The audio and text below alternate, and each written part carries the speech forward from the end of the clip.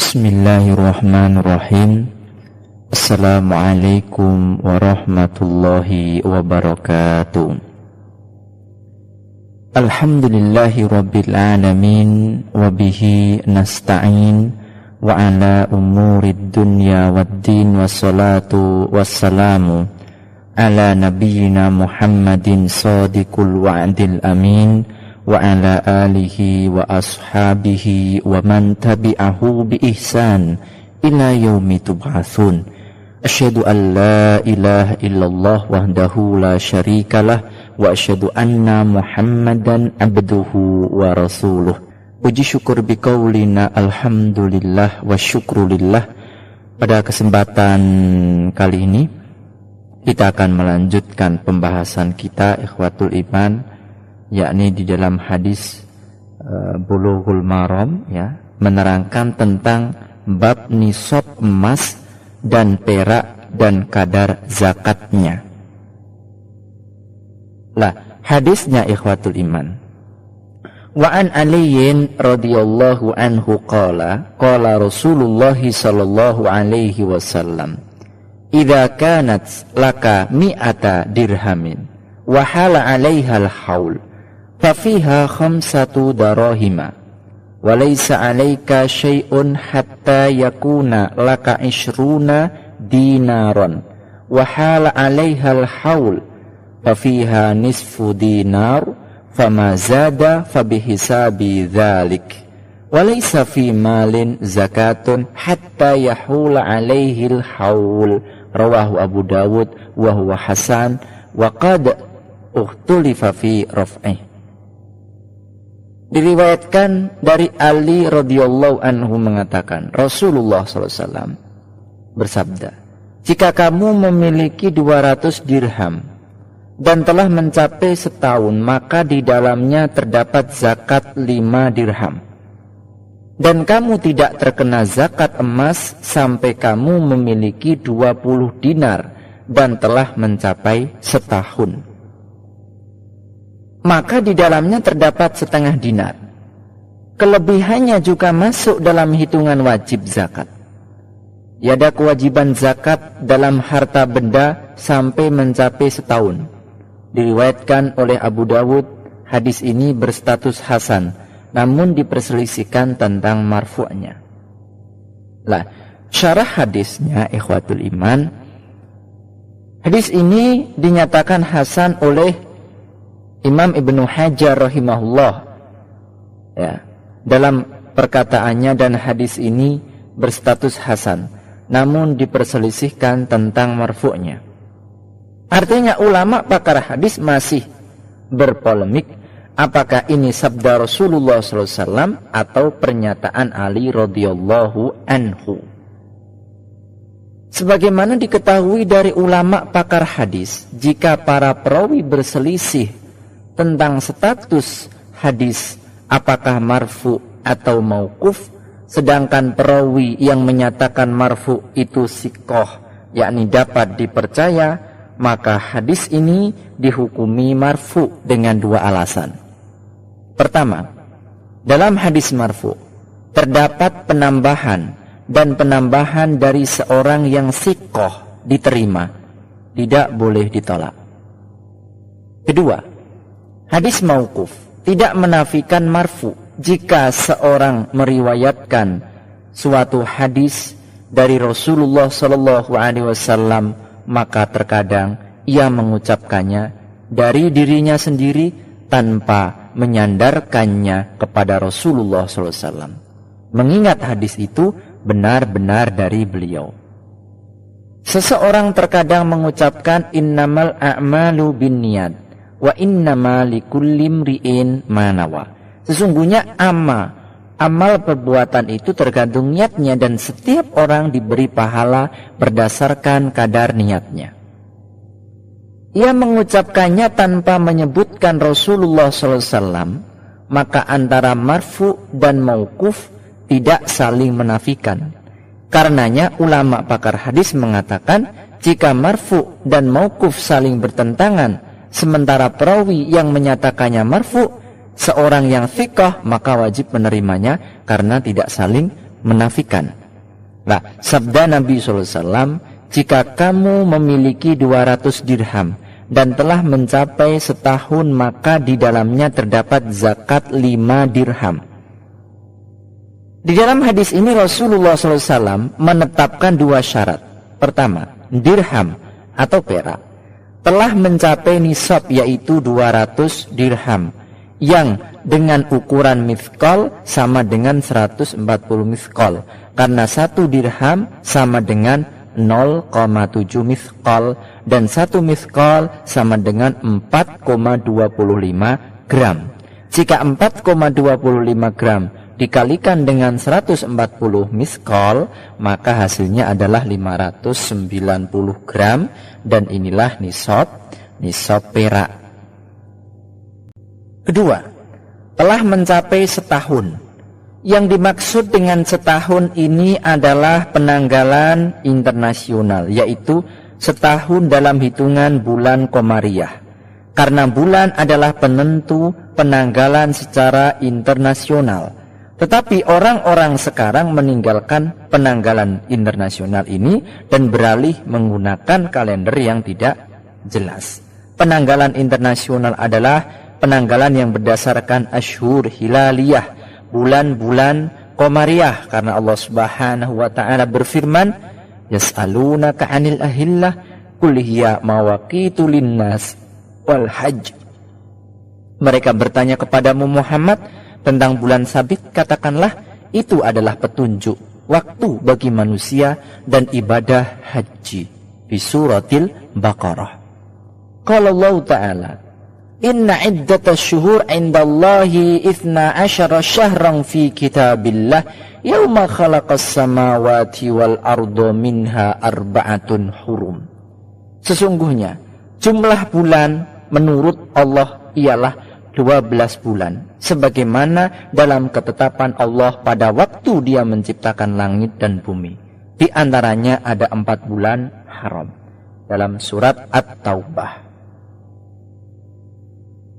Bulan-bulan ini dalam penafsiran Rasulullah SAW adalah bulan-bulan Qamariyah. Jadi sabda Nabi SAW, dan telah mencapai setahun dengan bulan-bulan Qamariyah yang global, karena bulan-bulan itulah yang hakiki.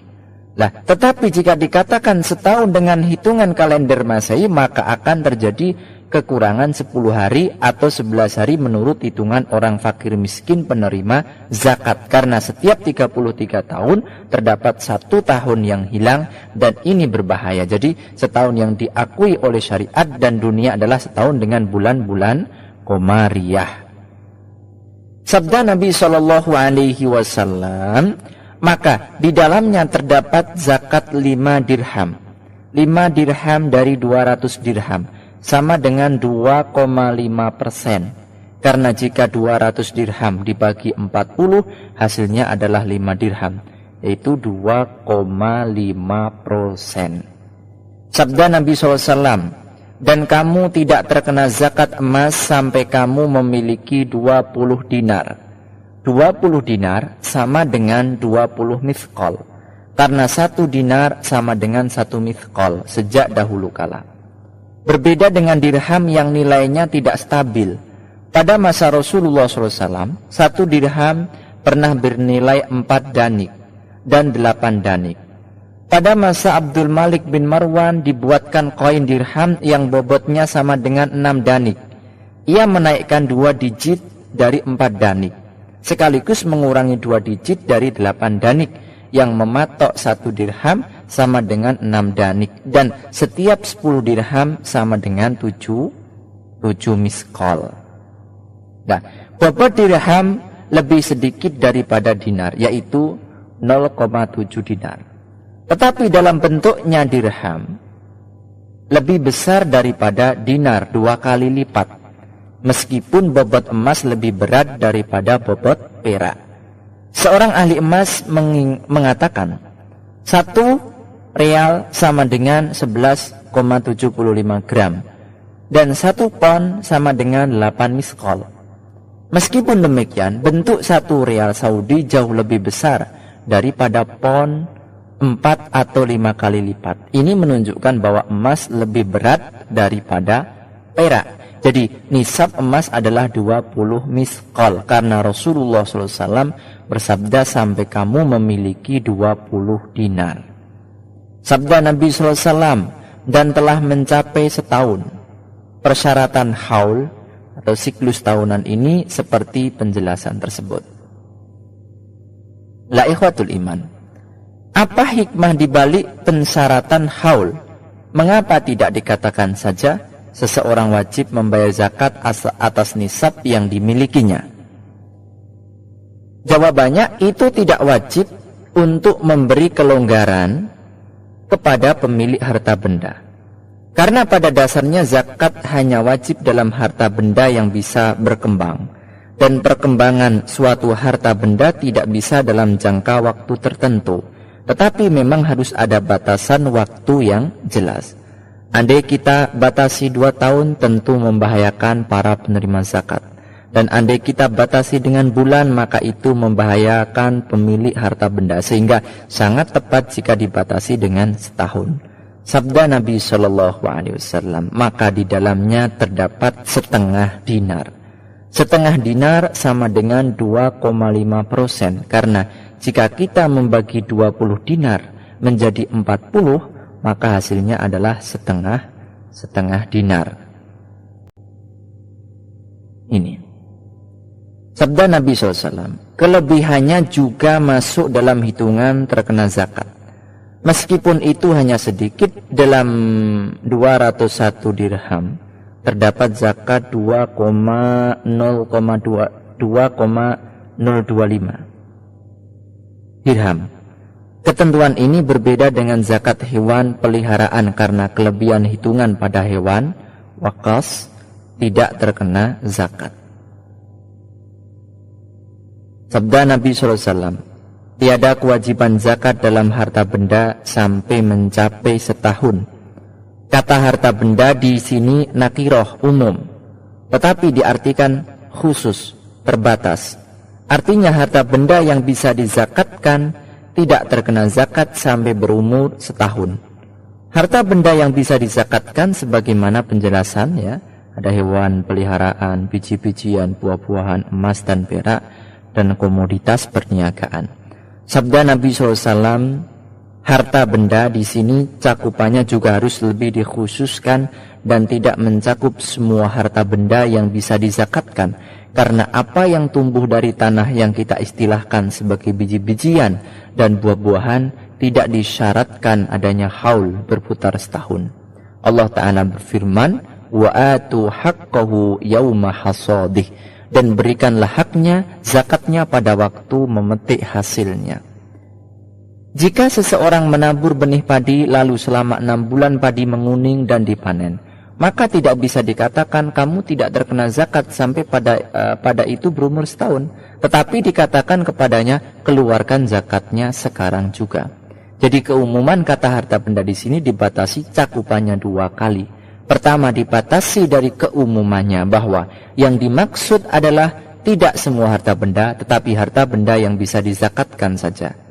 Kedua, tidak semua harta benda yang bisa dizakatkan disyaratkan haul, tetapi mengecualikan biji-bijian dan tumbuh-tumbuhan, karena sesungguhnya wajib zakatnya saat memanennya. Ini, ikhwatul iman, kandungan hadis tersebut tidak ada zakat dalam harta benda sampai berputar setahun, haul, berdasarkan sabda beliau SAW, dan telah mencapai setahun. Pembicaraan Rasulullah SAW kepada satu orang adalah pembicaraan untuk semua kaum muslimin. Ini merupakan kesepakatan para ulama, kecuali ada dalil yang mengkhususkan orang itu dengan suatu hukum.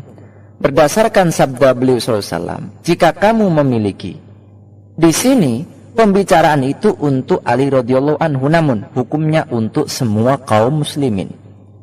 Persamaan hal ini adalah sabda beliau kepada Ali radhiyallahu anhu saat bertanya tentang keluarnya air madi. Jawab beliau, iksil dakaroka wa tawaddo, cucilah dakarmu dan berwudulah. Dalam riwayat Imam Bukhari juga Imam Muslim. Hukum ini berlaku untuk semua kaum muslimin, kecuali jika ada dalil atas kekhususan orang tertentu dengan hukum tersebut, sehingga yang dibuat dasar adalah dalil tersebut yang menunjukkan kekhususan. Termasuk padanan lainnya bahwa Rasulullah SAW pernah menikahkan seorang laki-laki dengan seorang perempuan dengan mahar mengajarkan Al-Quran. Lalu beliau bersabda, lan tujzi'a an ahadin ba'daka mahran, tidak cukup mengajarkan Al-Quran bagi seorang setelahmu sebagai mahar. Dalam Sunan Sa'id bin Mansur.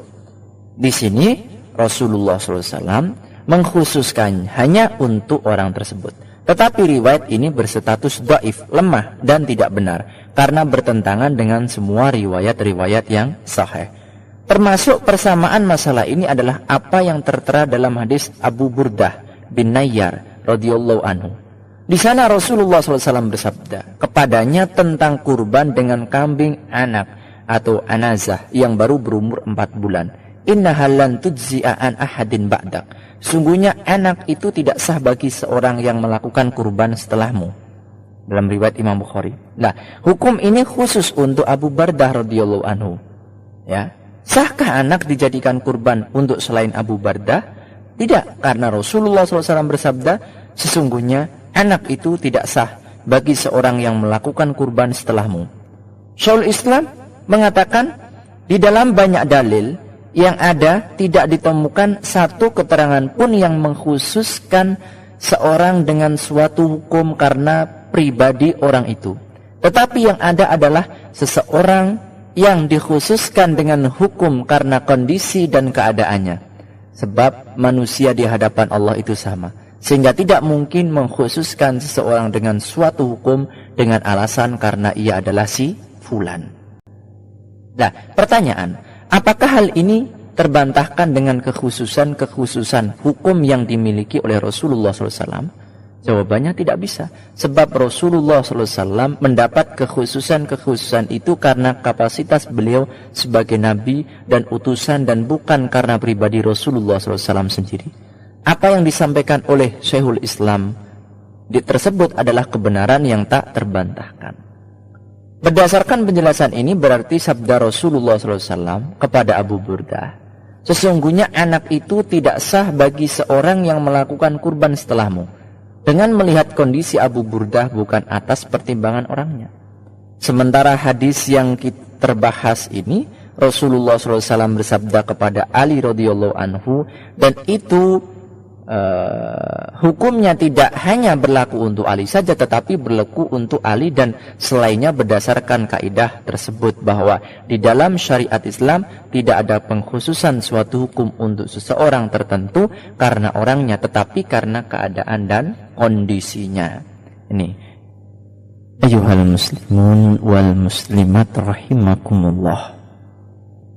Wajibnya zakat perak yang telah mencapai 200 dirham berdasarkan sabda Nabi SAW, jika kamu memiliki 200 dirham dan telah mencapai setahun, maka di dalamnya terdapat zakat 5 dirham. Kadar zakat perak adalah 2,5% berdasarkan sabda beliau SAW, maka di dalamnya terdapat zakat 5 dirham. Perbandingan 5 dari 200 adalah 2,5%. Harta benda terkena wajib zakat harus mencapai setahun berdasarkan sabda Nabi SAW, dan telah mencapai setahun. Dalam dirham yang dibuat ukuran adalah jumlah, ya, bukan bobot, berdasarkan sabda Nabi SAW, jika kamu memiliki 20 dirham. Wajibnya zakat dalam harta benda berupa emas berdasarkan sabda Nabi SAW, dan kamu tidak terkena zakat emas sampai kamu memiliki 20 dinar. Nisab emas adalah 20 miskol, karena 1 dinar sama dengan 1 miskol. Dalam emas dan perak tidak berlaku prinsip, yakni waqs, kelebihan nisab yang tidak dihitung. Berdasarkan sabda Nabi SAW, kelebihannya juga masuk dalam hitungan wajib zakat. Jadi zakat dari 205 dirham adalah 5 dirham. Dan zakat dari 201 dirham adalah 5,025 dirham. Hal ini berbeda dengan hewan pemeliharaan. Kadar zakat emas adalah 2,5% berdasarkan sabda beliau SAW, dan kamu tidak terkena zakat emas sampai kamu memiliki 20 dinar, maka di dalamnya terdapat setengah dinar. Tidak ada kewajiban zakat dalam harta benda sampai mencapai siklus tahun. Dan dikecualikan dari kaidah ini 6 hal yang zakatnya tidak terikat siklus tahunan, yaitu pertama dan kedua biji-bijian dan buah-buahan, dan dalilnya adalah firman Allah Ta'ala, wa atu haqqahu yawma hasadih, dan berikanlah haknya zakatnya pada waktu memetik hasilnya. Ketiga, keuntungan dan hasil perniagaan berdasarkan beberapa dalil, di antara lain dalil pertama firman Allah Ta'ala, ya ayyuhalladzina amanu anfiqu min thayyibati ma kasabtum wa mimma akhrajna lakum minal ardh. Wahai orang-orang yang beriman, infakkanlah sebagian dari hasil usahamu yang baik-baik dan sebagian dari apa yang kami keluarkan dari bumi untukmu. Dalam surat Al-Baqarah.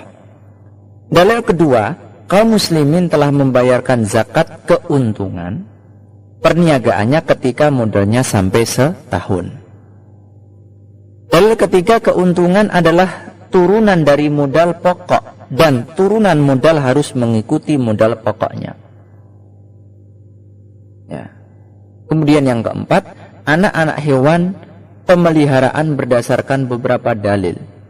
Dalil pertama, Rasulullah SAW mengutus para pegawai zakat dan mereka menghitung hewan dan anak-anaknya, dan mereka tidak menanyakan apakah anak-anak hewan itu telah mencapai setahun atau belum. Dalil kedua, anak-anaknya hewan itu adalah turunan, dan turunan mengikuti hukum pokoknya. Yang kelima, rikas, harta temuan dari peninggalan manusia masa lampau.